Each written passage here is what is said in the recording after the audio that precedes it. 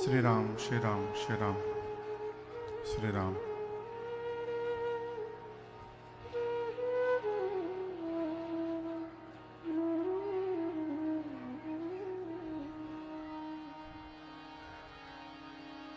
स्वस्ति श्री गणेशाय नमः।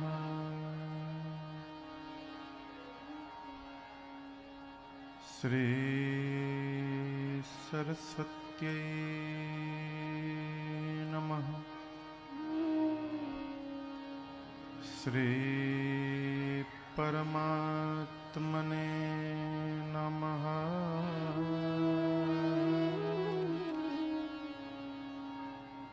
श्री जानकी वल्लभो विजयते तराम्।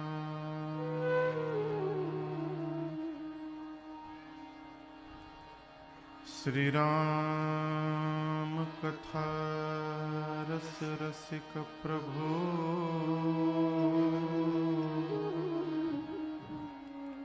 शंभुनाथ हनुमान।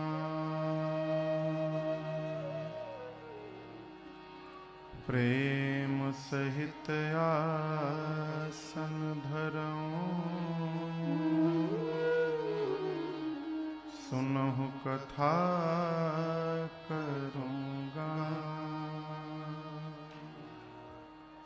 सियावर रामचंद्र भगवान की जय। श्री सीतानाथ समारंभा श्री रामानंदार्य मध्यमाम् अस्मदाचार्य पर्यन्ताम्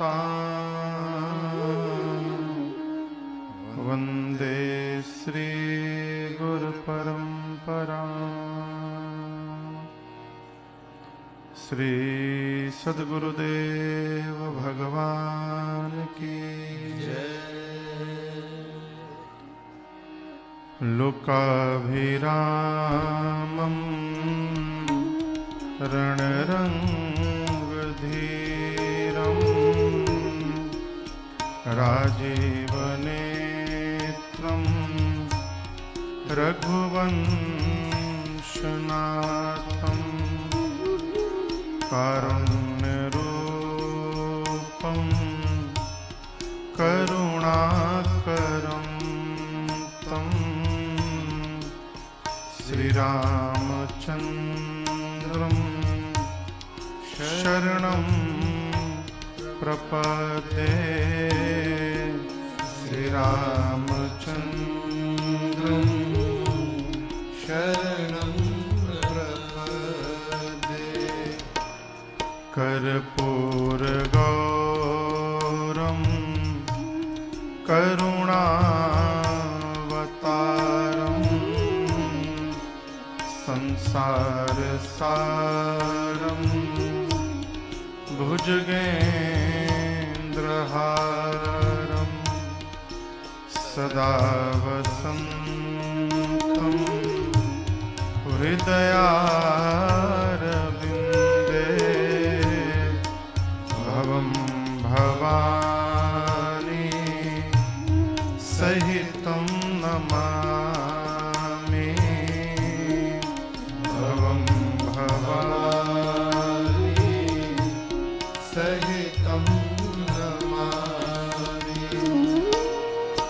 मनोजवं मारुततुल्यवेगं जितेन्द्रियं बुद्धिमतां वरिष्ठं वातात्मजं वानरयूथमुख्यं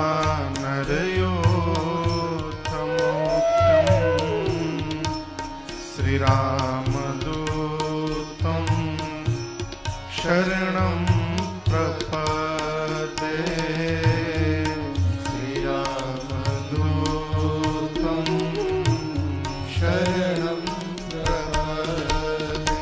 सीताराम राम राम सीताराम राम राम सीताराम राम राम सीताराम राम राम सीताराम राम राम सीताराम राम राम सीताराम राम राम सीताराम राम राम सीताराम राम राम सीताराम राम राम सीताराम राम राम सीताराम राम राम राजा राम राम राम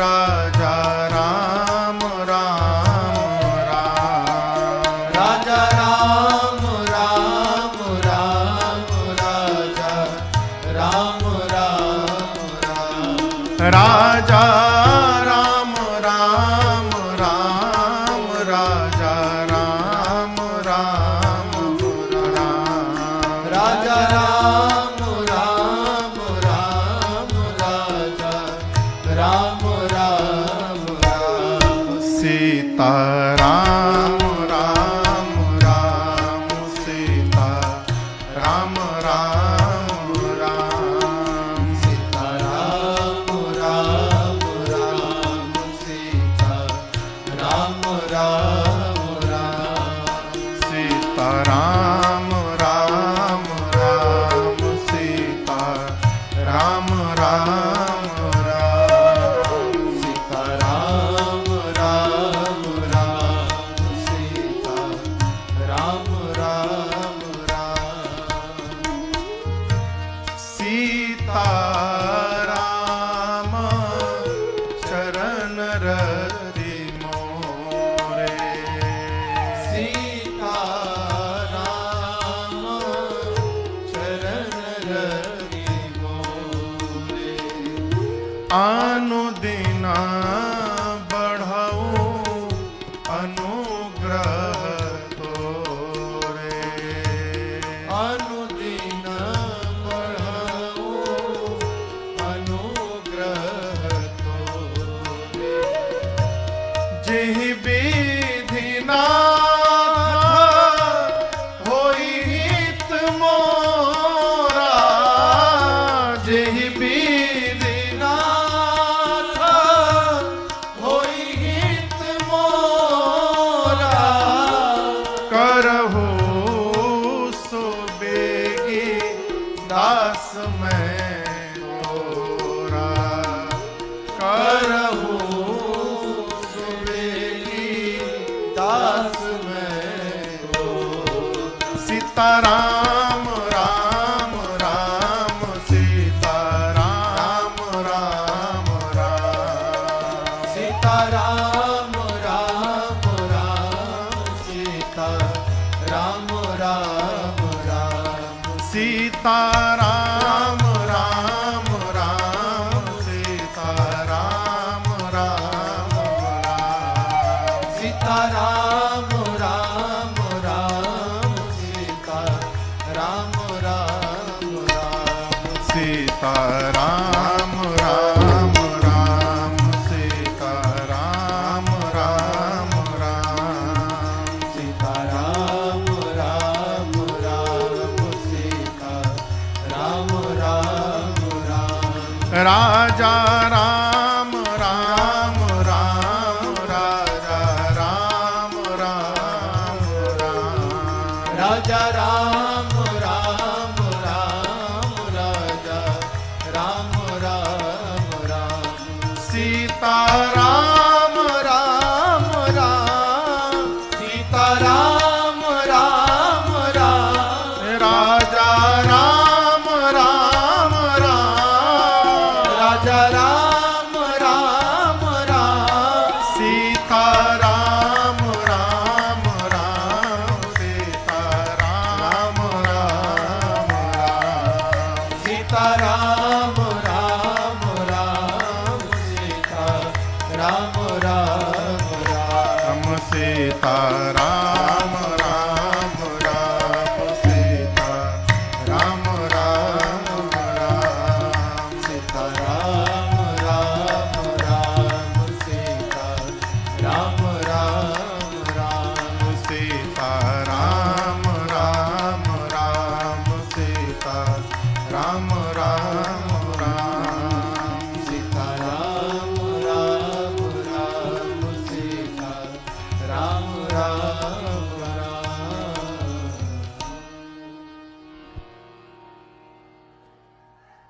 माता रामो मत पिता रामचन्द्रः स्वामी रामो मत सखा रामचन्द्रः सर्वस्वं मे रामचन्द्रो दयालु नार्यं जाने नैव जाने न जाने बंदों श्री तुलसी के चरण जिनकी जग काज कलि समुद्र बूढ़त लख्यों प्रगट्यों सप्त जहाज सिया राममय सब जग जानी करम प्रणाम जोरे जुग पानी।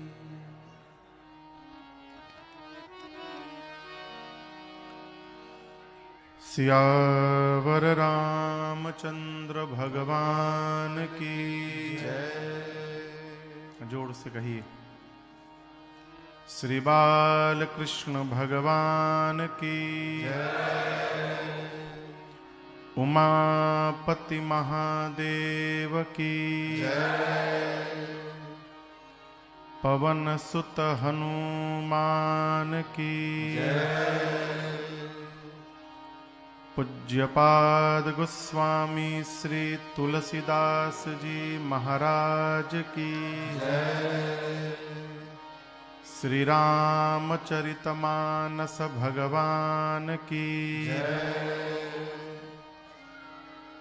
ओम नमः पार्वती पतये हर हर महादेव।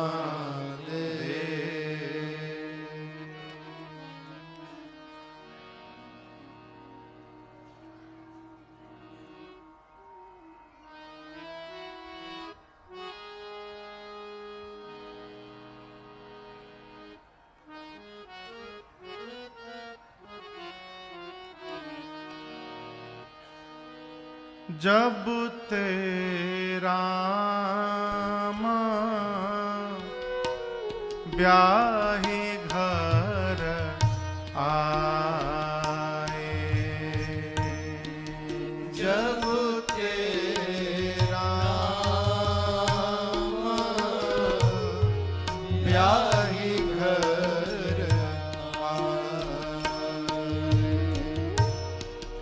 नित नव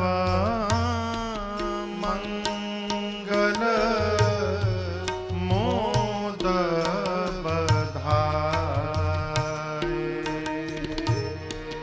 नित नव मंगल मोद बधाए, भुवना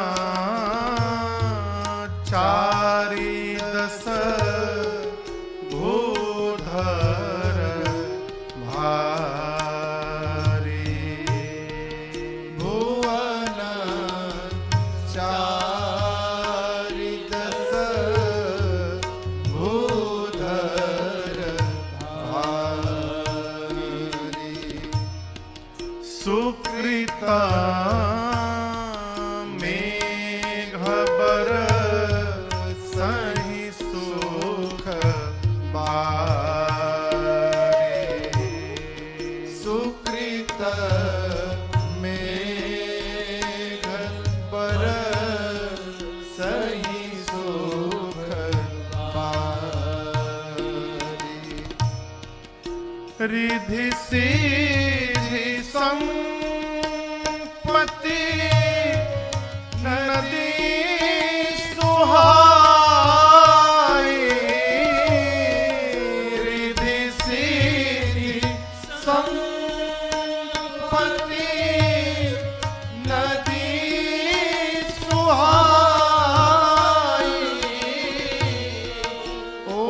उमगे अवध अम्बुधि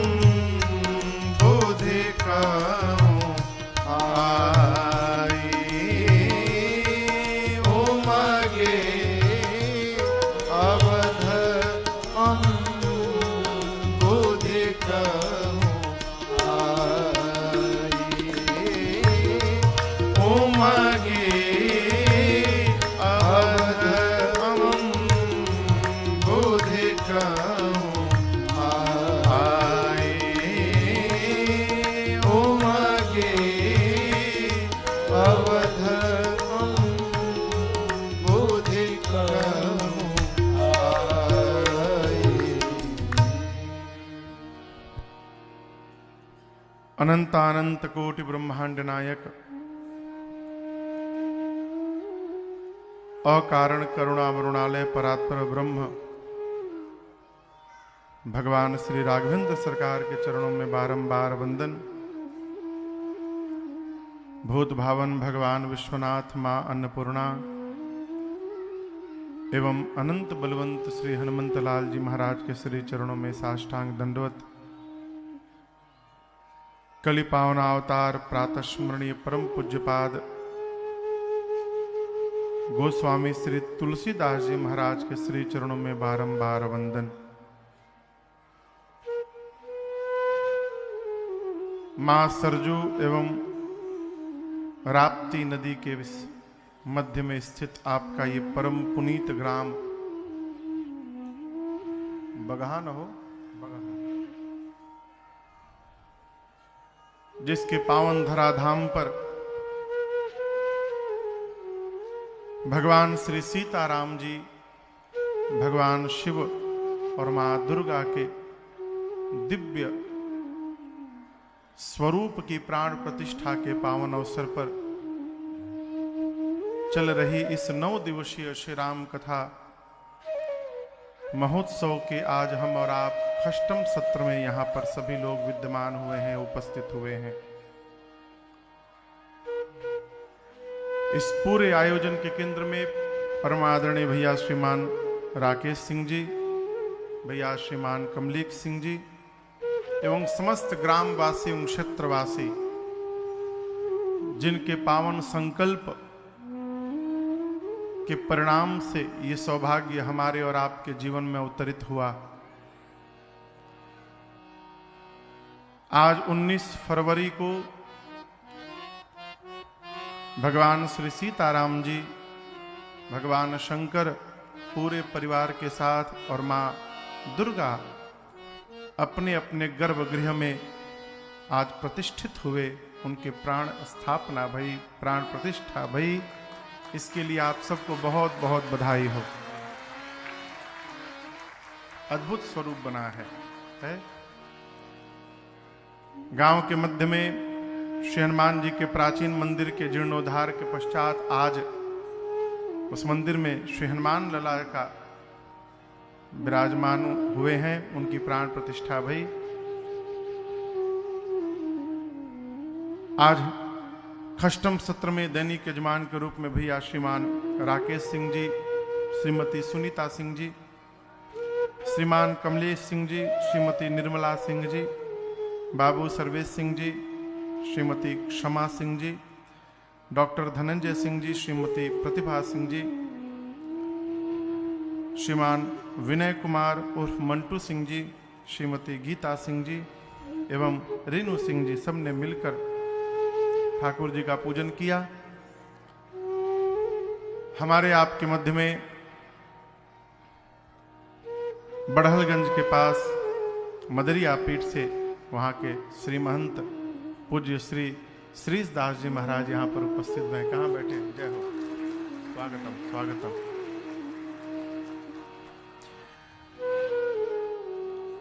महामंडलेश्वर कनकेश्वरी नंदगिरी जी का आगमन हुआ है, बहुत बहुत स्वागत आपका। जय जय।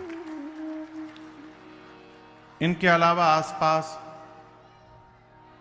दूर से क्षेत्र से उपस्थित आप इस समस्त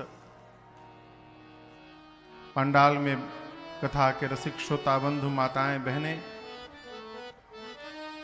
YouTube एवं Facebook के माध्यम से पूरे विश्व में जहां जहां लोग सुन रहे हैं, देख रहे हैं, आप सभी लोगों को मेरा सादर जय सिया राम। ऊर्जा से कहिए जय सिया राम। जय सिया राम।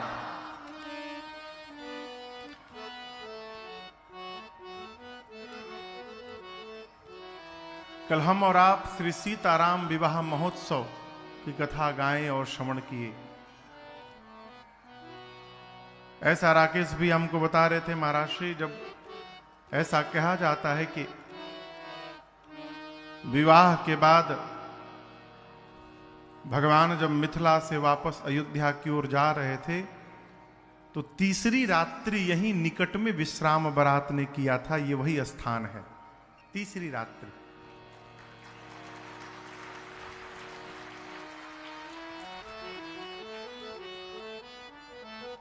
श्री रामचरितमानस के अनुसार धनुष भंजन के उपरांत ही श्री परशुराम जी का आगमन हुआ है। कहाँ? मिथिला में, रंगभूमि में ही। तेही अवसर सुनि शिव धनु भंगा, आयौ भृगुकुल कमल पतंगा। आगमन हुआ।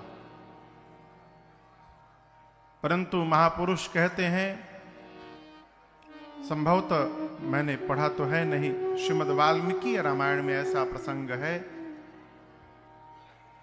कि परशुराम जी का आगमन मिथिला में न होके जब भगवान विवाह करके वापस अयोध्या आ रहे थे तो मार्ग में हुआ। और वो स्थान कौन सा है? तो आपके बगल में बड़हलगंज के उस पार दोहरी घाट है।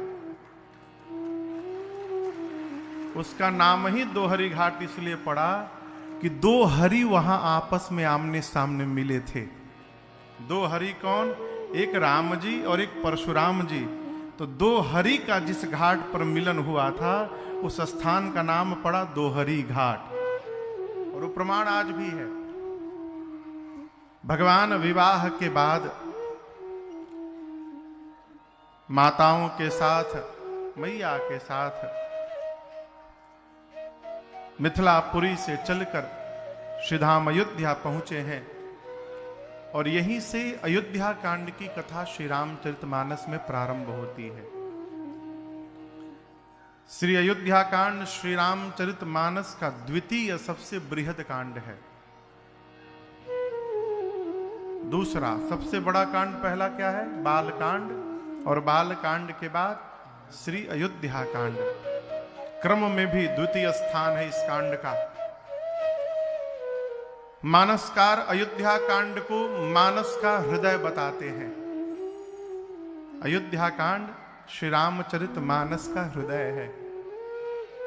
और आपसे बताएं, जिसको अपना जीवन दिव्य और भव्य बनाना है उसको अयोध्या कांड को एक बार अवश्य पढ़ के समझना चाहिए। क्योंकि मनुष्य के जीवन का पूरा कर्म सिद्धांत श्री अयोध्या कांड में ही समाहित किया गया है। प्रारंभ में पूज्यपाद गोस्वामी श्री तुलसीदास जी महाराज ने अयोध्या कांड के 3 श्लोक लिखे। पहले श्लोक में भूत भावन भगवान शिव को वंदन किया है। दूसरे श्लोक में भगवान के मुख को वंदन किया है। और तीसरे श्लोक में जो मेरे पीछे आप स्वरूप देख रहे हैं, पंचायतन सरकार, इस स्वरूप का वंदन किया है। भगवान शिव का वंदन क्यों किया? कथा रघुनाथ जी की हो रही है तो यहां स्मरण आप रखिएगा एक बात।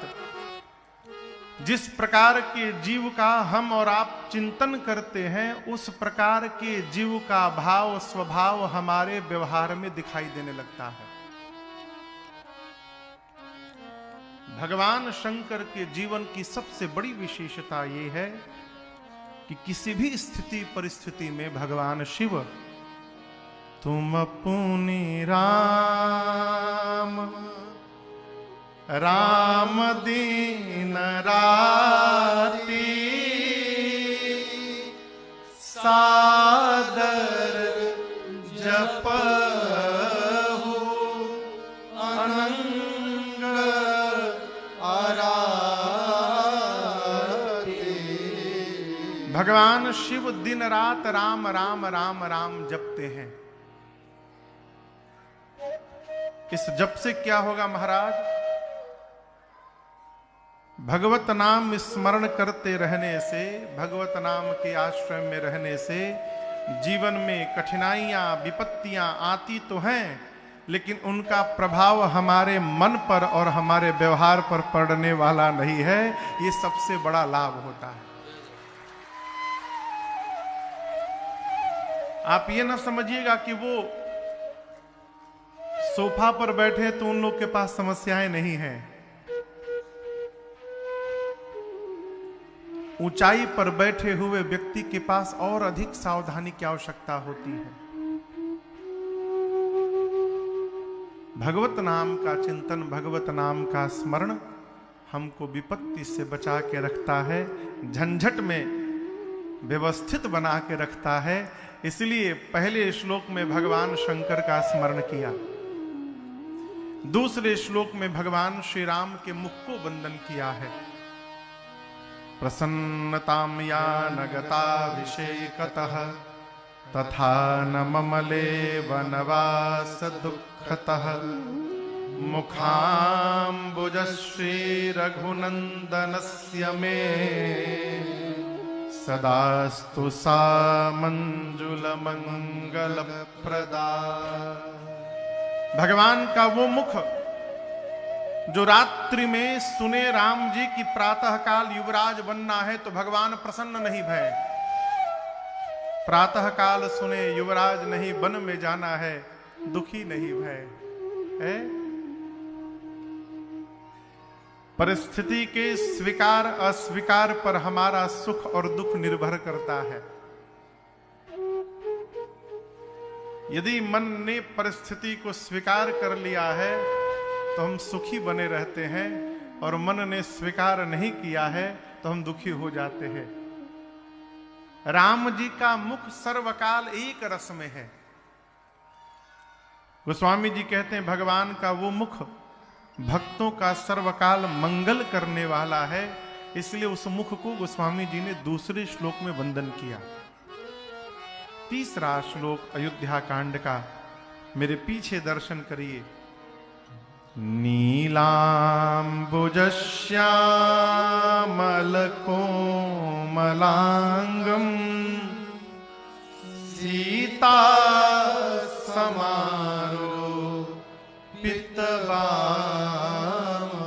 समारोपितवामभागं पाणौ महासायक चारुचापं नमामि रामं रघुवंशनाथ। नील अंबुज के समान जिनका श्याम वर्ण है, नीलांबुज श्यामल कोमलांगम जिनके कोमल कोमल अंग हैं, सीता समारोपित बाम भागम जिनके बाम भाग में जगत जननी मां श्री जानकी जू सर्वदा विराजमान है। जो राम जी हाथ में धनुष बाण धारण किए हैं, पाणौ पाणी यानी हाथ, पाणौ यानी दोनों हाथ में, महासायक एक हाथ में महासायक है यानी अमोघ बाण, और दूसरे में चारु चापम, चारु यानी सुंदर और चाप यानी धनुष, सुंदर धनुष को अपने सारंग धनुष को धारण करके मां जानकी जी के साथ रघुवंश के सिंहासन पर विराजमान है। उन राम जी को नमामि रामं रघुवंशनाथं।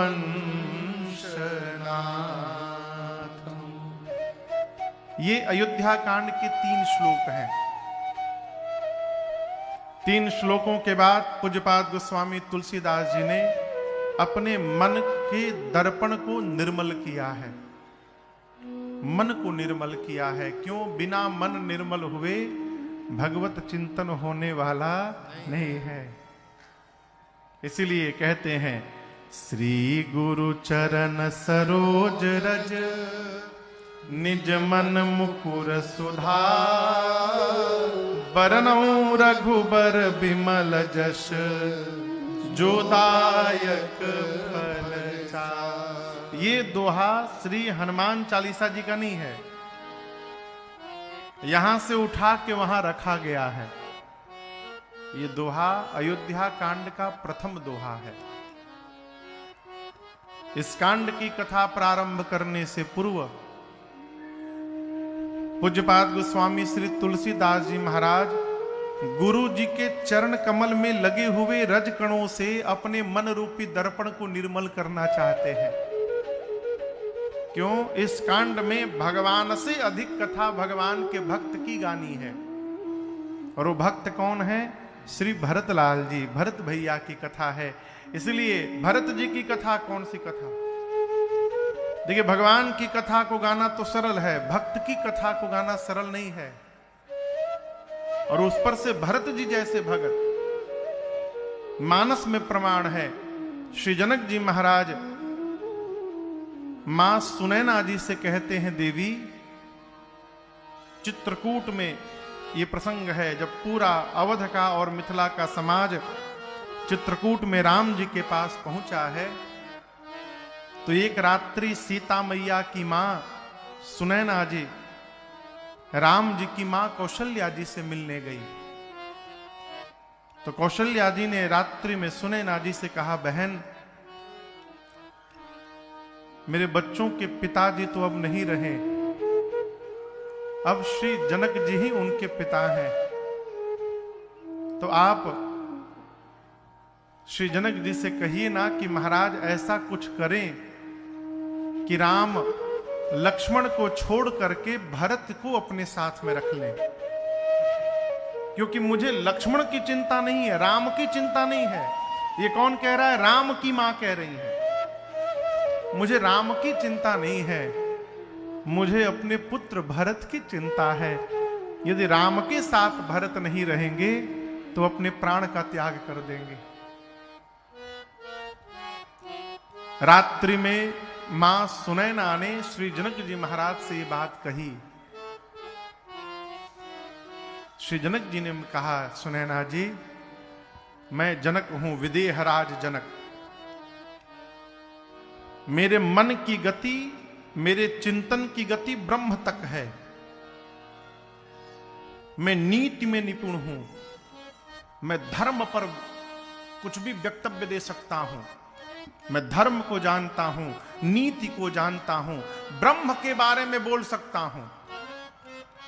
जो मेरा मन ब्रह्म धर्म नीति तीनों को जानता है, वही मेरा मन। भरत जी की महिमा को छोड़िए, भरत जी की महिमा की परछाई को भी नहीं छू सकता है। महिमा तो दूर की बात, सो मति मोरी भरत महिमा ही, कहे काह छल छुवत न छाही। महिमा को नहीं बोल सकता हूं, महिमा की छाया को भी मैं स्पर्श नहीं कर सकता हूं। इतनी महिमा है भरत जी की। सुनैना जी ने कहा कि फिर भरत जी की महिमा को जानता कौन है? तो जनक जी ने कहा, केवल एक है जो भरत जी की महिमा को ठीक से जानते हैं। कौन है? जानहि राम भरत महा महिमा सुनु रानी। केवल जानहि राम परंतु न सकहि बखानी। श्री जनक जी कहते हैं, पूरे ब्रह्मांड में केवल और केवल एक राम जी ऐसे हैं जो भरत जी की महिमा को ठीक से जानते हैं। परंतु जब कहने की बारी आएगी तो भरत जी की महिमा को राम जी भी कहने में सक्षम नहीं है। इतनी अपार महिमा है श्री भरतलाल जी की। और आप दर्शन करिए, जिस महिमा को राम जी नहीं गा सकते, उस महिमा को पूज्यपाद गोस्वामी तुलसीदास जी महाराज गाने जा रहे हैं। असंभव को भी संभव यदि करना है तो गुरु शरण में रहने का स्वभाव बनाइए। गुरु कृपा ही केवलम। सदगुरु की कृपा कुछ भी करा सकती है माई बाप। इसलिए जिस कथा को राम जी नहीं गा पाए, उस कथा को गोस्वामी तुलसीदास जी पूर्ण कर दें। अस्तु कथा प्रारंभ करने से पहले गुरु चरण रज से मन रूपी दर्पण को निर्मल किया है, और उसके उपरांत कथा प्रारंभ करते हैं, जो चौपाइयों को हमने और आपने गाया। विवाह के बाद जैसे रघुनाथ जी अयोध्या में पहुंचे हैं, अयोध्या में नित्य नवीन आनंद महोत्सव बधाई होने लगी। और आपको बतावें, ये बधाई महोत्सव 11 वर्षों तक चला है। कितने दिन तक? 11 वर्षों तक। नित नव मंगल मोद बधाई। ऐसा लगता है कि अवध समुद्र की ओर रिद्धि सिद्धि सुख संपत्ति रूपी नदी दिन रात दौड़ रही हो। पूरा अवध सब प्रकार से मनसा वाचा कर्मणा सब सुखी हैं, सब विधि सब पुर लोग सुखारी। कैसे सुखी हैं? रामचंद मुख चंद निहारी। भगवान के रूप का दर्शन करके पूरी अयोध्या सुखी है। एक दिन अवधवासियों के मन में एक भाव ने जन्म लिया। ये भाव क्या है? आपयछत युवराज पद, राम ही देऊं नरेश। महाराज अपने जीते जी यदि राम जी को युवराज पद पर आसीन कर दें, कितना श्रेष्ठ होगा। पूरी अयोध्या भगवान शंकर से प्रार्थना करने लगी कि बाबा आप ही कुछ करिए। एक दिन श्री चक्रवर्ती जी महाराज अपने मंत्री गणों के साथ सभा में विराजमान थे। पूरी प्रजा पूरी सभा महाराज की प्रशंसा कर रही है। धन्य है महाराज, आज भूरी भाग पर आपके समान दूसरा कौन होगा। राम जिसके पुत्र बनकर आंगन में घर में बैठे हुए हैं। 3 काल त्रिभुवन 3 लोक काल जग माही, भूरी भाग दशरथ समनाही। जैसे लोग प्रशंसा किए, महाराज दर्पण ले लिए हाथ में। अब यहां इसके 2 भाव। दर्पण लेने का इसमें सूक्ष्म भाव ये है कि जीवन में जब प्रशंसा हो रही हो तो ये आत्मचिंतन करना चाहिए कि क्या हम इस प्रशंसा के वास्तविकता में अधिकारी हैं। देखिए 2 तरह से प्रशंसा होती है। एक प्रशंसा चमचा लोग करते हैं। चमचा समझ रहे हैं ना? जय हो हर बतिये में बाह बाह बाह बाह महाराज ऐसन तक कैसन हो नहा।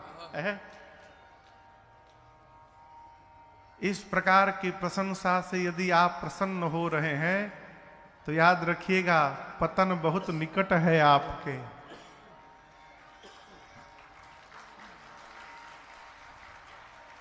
कई लोग आप देखेंगे, क्षमा करिएगा, कई लोगों के साथ 4-5 में ठेलुआ लोग घूमत हैं।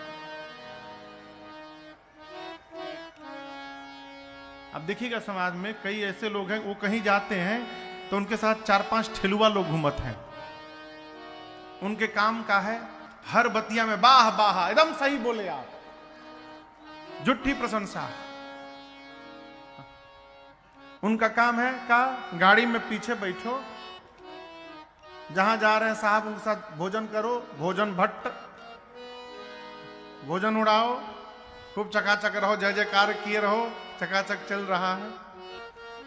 एक बार महाराज श्री से मैंने पूछा कि सरकार ऐसा क्यों होता है। पूज्य महाराज श्री बोले, बेटा भगवान कभी कभी तेज घोड़े के साथ 4-5 गधों को बांध देते हैं। ये गधे नहीं रहेंगे तो घोड़वा आगे नहीं निकल जाएगा। ये गधे मिलकर उसको पकड़े रहते हैं, कहीं जाने नहीं देते हैं। जीवन में जब प्रशंसा प्राप्त हो तो आत्मचिंतन करिए, क्या हम इस प्रशंसा के अधिकारी हैं। यदि हैं तो कोई बात नहीं, और यदि नहीं हैं तो सावधान होइए इस प्रकार के लोगों से, ये आपके सबसे बड़े शत्रु हैं।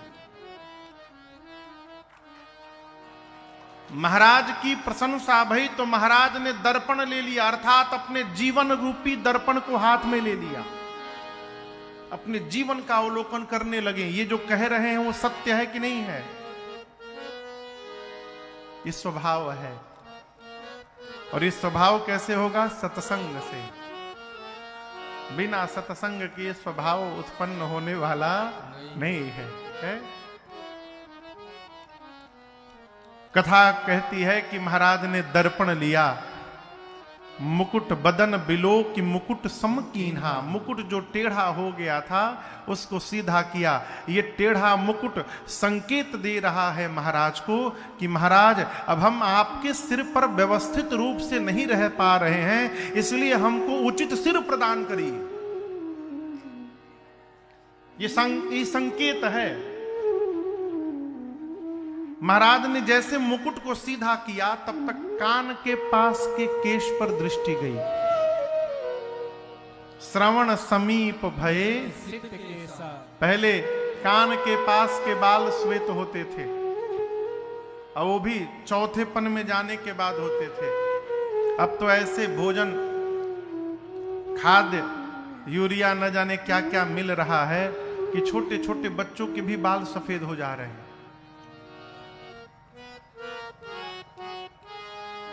जे जितना महंगा शैम्पू लगावत है वो के बाल उतना जल्दी उड़त है।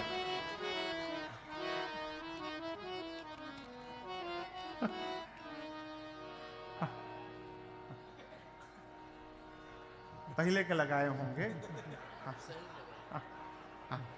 अब कहाँ लगाएंगे? अब तो है ही नहीं है। पहले लगाए होंगे। एक घर में बाप और बेटा दोनों के बाल पक गए थे, पिता का और बेटे का। तो दोनों एक साथ खड़े होकर शीशे के सामने कटोरी में रंग लेके और अपन अपन बाल रंग रहे थे, पिता और पुत्र दोनों। ठीक, तब तक पोता आ गया। पोता कहते हैं कि नाती कहते हैं? पोता। पोता आ गया, आकर बाबा जी से पूछा, बाबा जी क्या कर रहे हैं? बोले बेटा सफेद बाल को काला कर रहा हूं।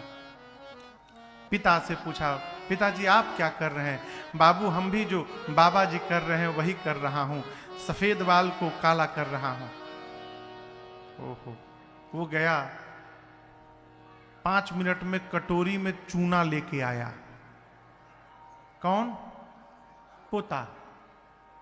बाबा, पिता, पोता, ये दोनों सफेद को करिया करने लगे। अब वो चूना लेके करिया को सफेद करने लगा।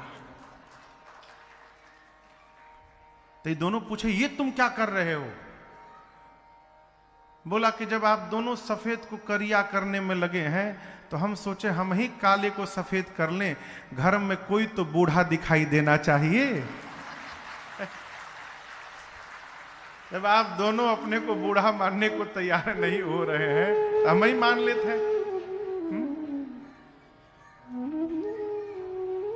ये अवस्थागत, यदि देखिए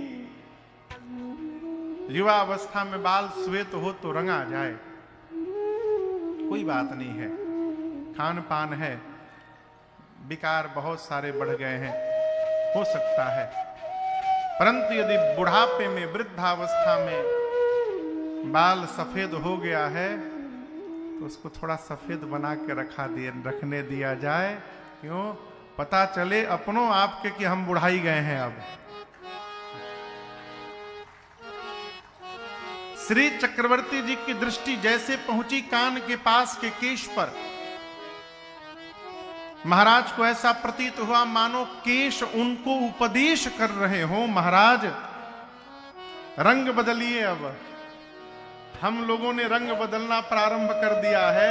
आप भी बदलिए, क्या बदलिए, नृप जुबराज राम कहू दे। राम जी को युवराज बनाइए, मुक्त होइए।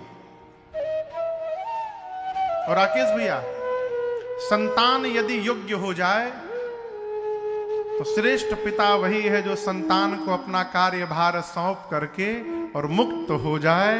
ये श्रेष्ठत्व है। आदमी दबैले बा कांखी तर, छोड़े ना चाभी हम। अरे कब तक नहीं छोड़िएगा, कहिया ले नहीं छोड़िएगा, है? संतान योग्य हो गई तो सौंपिए और छाया बन करके बैठे रहिए, मार्गदर्शन करते रहिए, दिशा दिखाते रहिए, है? ये कार्य है।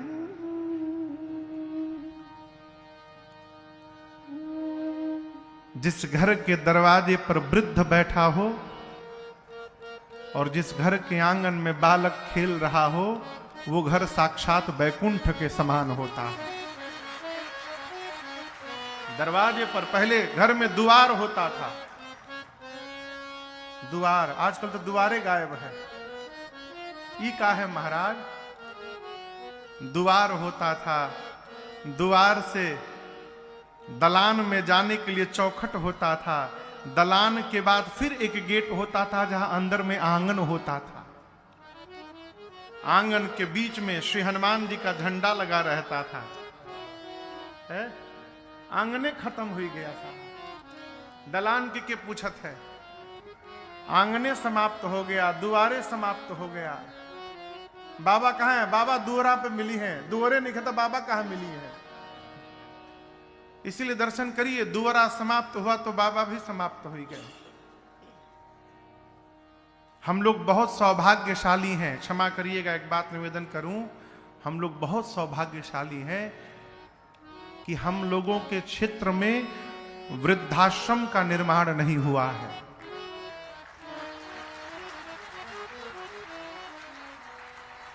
वृद्धाश्रम बनाने का विरोध करिए।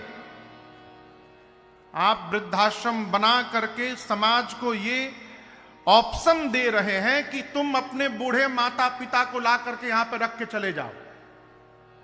आप उनको स्थान प्रदान कर रहे हैं कि वो माता पिता को छोड़ें। हमारी संस्कृति वृद्धाश्रम बनाने की नहीं है, हमारी संस्कृति गौशालाएं बनाने की है, गौ माताओं की सेवा करने की है।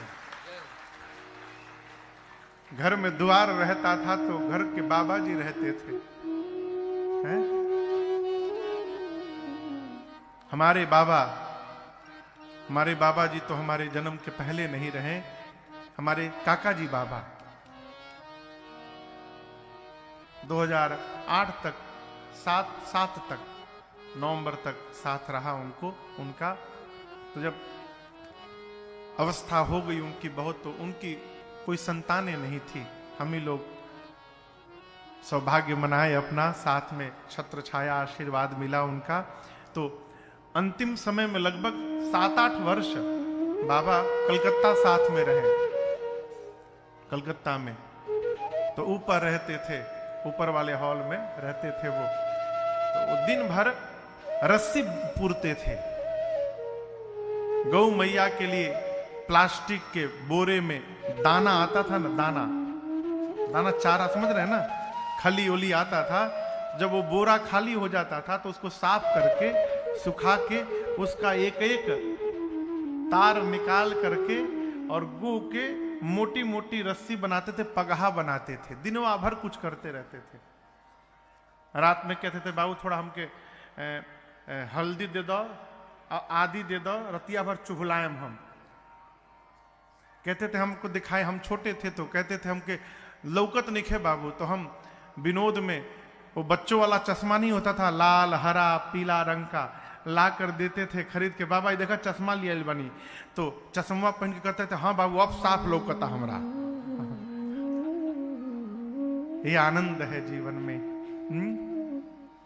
श्री चक्रवर्ती जी ने मन में विचार किया कि राम को युवराज पद पर आसीन किया जाए।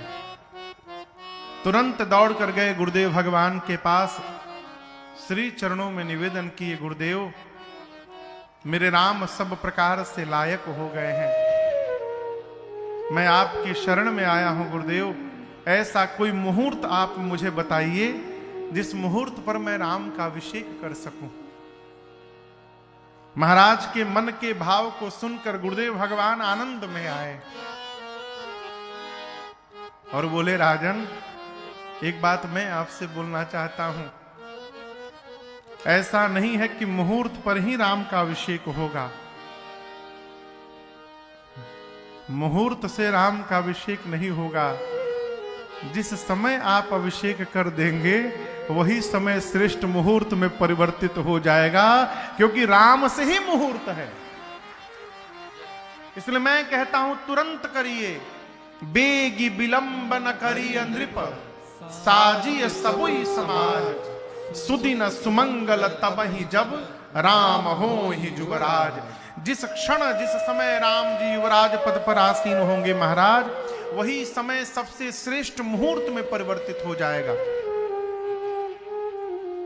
इसलिए आप शीघ्र करिए, विलंब न करिए महाराज, तुरंत करिए।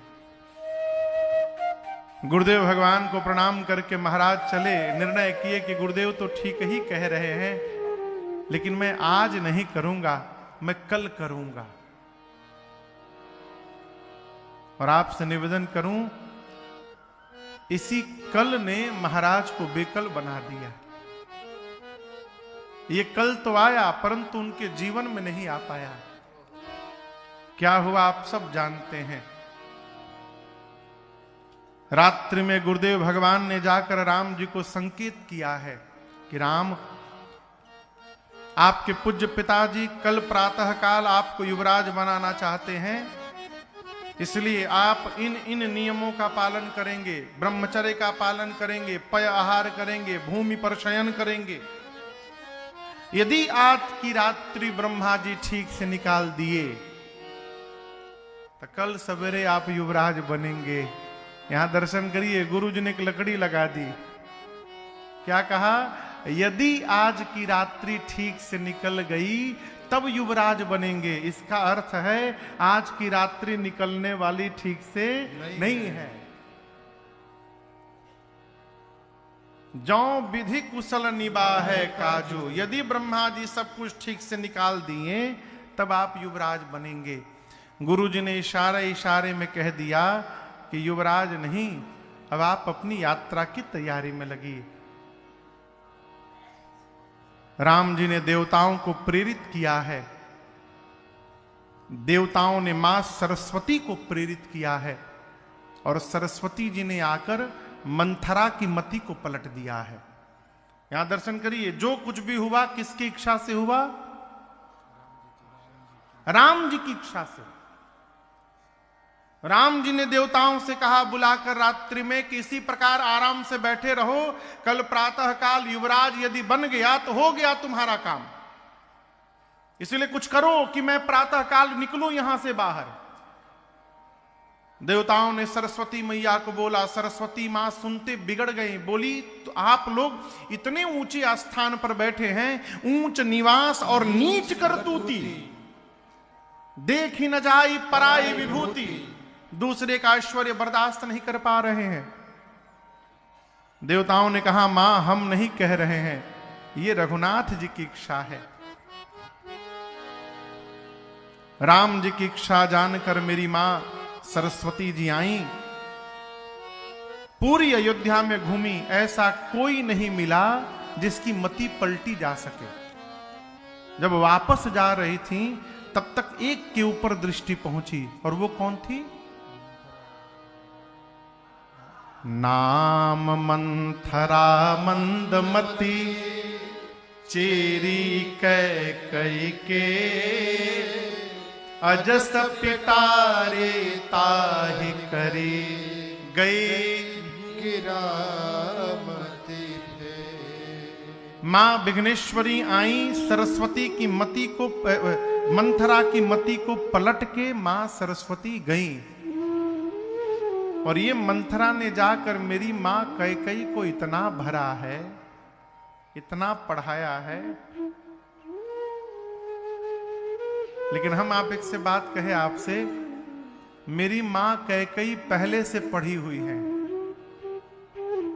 किसने पढ़ाया है? तो राम जी ने पढ़ाया है। क्या पढ़ाया है? मां, पिताजी जब मेरे लिए राज सत्ता की तैयारी करें तो आप किसी भी प्रकार से मुझे वन की ओर भेज दीजिएगा। ये पहले ही राम जी ने मां से कह दिया है। और याद रखिएगा, जो वास्तव में आपको प्रेम करता होगा वही आपके लिए कलंक भी लेने को तैयार होगा। सब आपके लिए कलंक नहीं ले सकते हैं। जो आपको प्रेम करता होगा वही आपके लिए कलंक भी ले सकता है। और मेरी मां कैकई ने राम जी के लिए अपने जीवन को कलंकित किया, जानबूझकर किया। इसलिए भूल कर भी कभी मां कैकई के विषय में अपशब्द न निकालिएगा। मां कैकई ने जितना बड़ा बलिदान रघुनाथ जी के लिए दिया है, ब्रह्मांड में उतना बड़ा त्याग बलिदान किसी ने नहीं किया। मां ने जानते हुए, आपको बताऊं, गांव की नारियों ने, जब मां ने 2 वरदान मांगा, राम जी के स्थान पर भरत जी राजा बने और राम जी 14 वर्ष के लिए बन जाएं, तो गांव की स्त्रियों ने कैकई जी से कहा कि तुम चाहती हो राम अयोध्या से बाहर निकल जाए तो अपने वचन में थोड़ा बदलाव कर लो, भरत को राजा बना दो, लेकिन राम को वनवास न भेजो। इतना मांग लो कि राम जाकर गुरु आश्रम में रहे 14 वर्ष, अयोध्या से दूर जाकर गुरु आश्रम में रहें। लेकिन मां जानती हैं राम गुरु आश्रम में रहेंगे तो राम का कार्य नहीं होगा। राम जब वन में निकलेंगे तब राम का कार्य पूर्ण होगा। मां ने कुछ नहीं कहा। गांव की नारियों ने कहा, कैकई तुम राम को वन भेजना चाहती हो, इस पर विचार करो। सीय की पिय संग परी हरि, लखान की रही हहीं धाम। राम यदि वन चले जाएंगे तो क्या सीता राम का संग छोड़ेगी? नहीं। लक्ष्मण क्या अयोध्या में रहेगा? कदापि नहीं रहेगा। और अपने बेटे को राजा बनाना चाहती हो, राज की भूजब भरत पुनी, कि नृप की जियहि बिनु राम। क्या सीता रुकेगी? क्या लक्ष्मण घर में रहेंगे? और क्या भरत अपने भैया के आसन पर बैठकर राजा बनेगा? और क्या राम के जाने के बाद तुम्हारे माथे का सिंदूर बचेगा? अर्थात चारों नहीं होगा। राम बन गए तो सीता भी जाएगी, लक्ष्मण भी जाएंगे, तुम्हारा पुत्र भरत राजा भी नहीं बनेगा और तुम्हारे माथे का सिंदूर भी नहीं बचेगा। लेकिन कैकई मैया अपने आप को पूर्ण रूप से समाप्त करने को तैयार हैं रघुनाथ जी के लिए। और हुआ वही। राम जी जैसे सुने कि मां ने ऐसा ऐसा वरदान मांगा है, राम जी नाचने लगे, उसी कोप भवन में नाचने लगे। राम जी कहते हैं कि सुनु जननी सोए सुत बड़ भागी, सुनु जननी सोए सुत बड़ भागी, जे मातु बचन अनुरागी, जो पितु मातु बचन अनुरागी, तनया मात पितु तोष निहारा, तनया मात पितु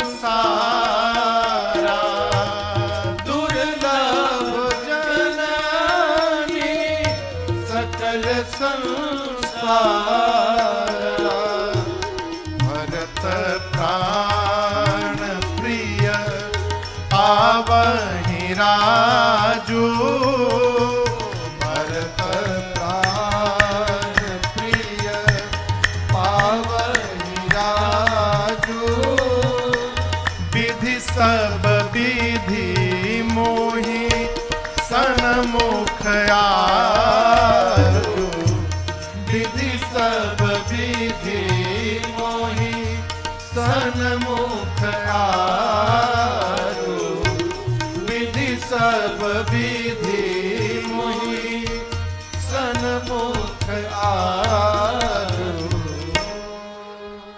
राम जी कहे मां वो पुत्र बड़भागी है जो अपने माई बाप के चरण में प्रेम न करे, अपने माता पिता के वचन में प्रेम करे, वो बड़भागी है।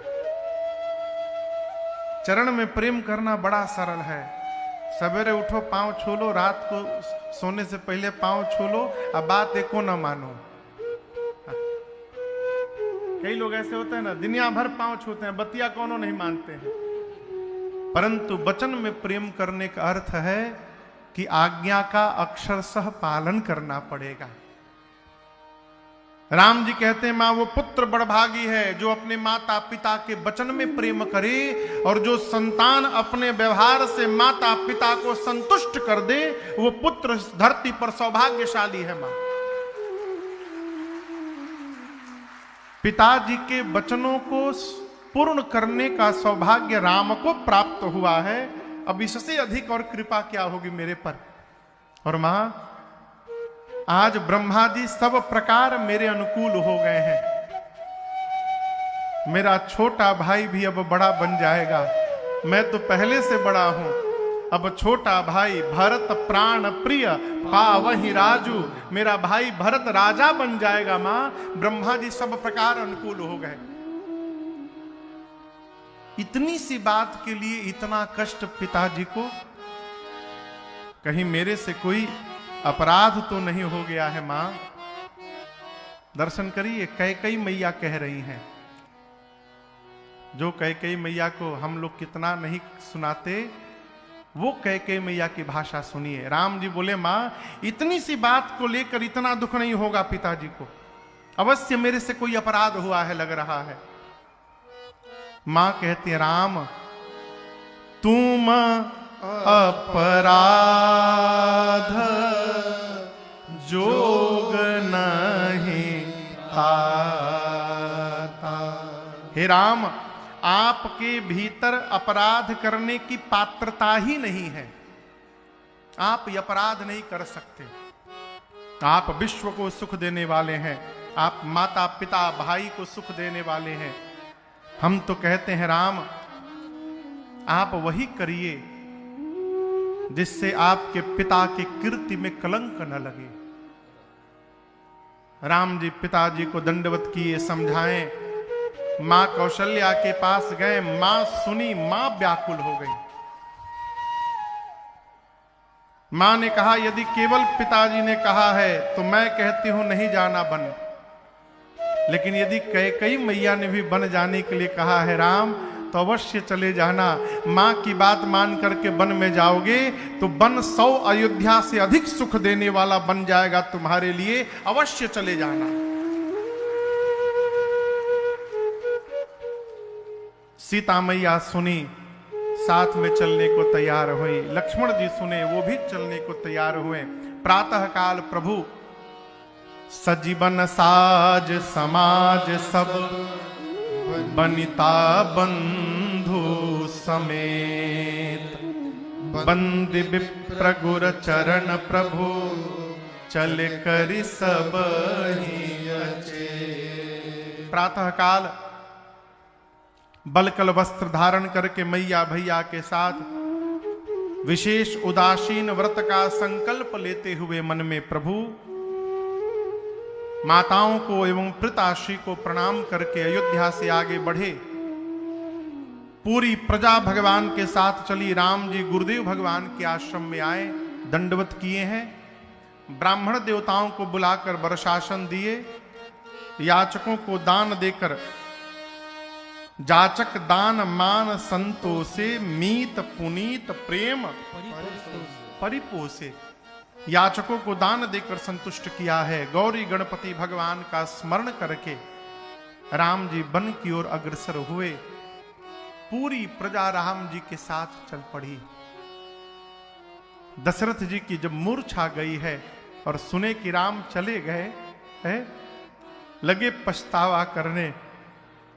सुमंत जी से बोले, सुमंत रथ लेकर जाइए, रथ पर बिठाकर वन में ले जाइएगा, 4 दिन वन में घुमाइएगा, उसके बाद वापस ले आइएगा। यदि राम न आवे तो सुमंत सीता को लेकर वापस आइएगा। सुमंत जी तुरंत रथ लेकर पहुंचे। राम जी पिता आज्ञा सुनकर मैया भैया के साथ रथ पर बैठे। राम जी रथ पर चले, पूरी प्रजा भगवान के पीछे पीछे दौड़ने लगी। पहले दिन राम जी तमसा नदी के ही तट पर विश्राम किए। पूरी अयोध्या की प्रजा थकान से सो गई। भगवान ने अपनी माया शक्ति को प्रेरित करके पूरी प्रजा को गहरी निद्रा में सुलवाया है।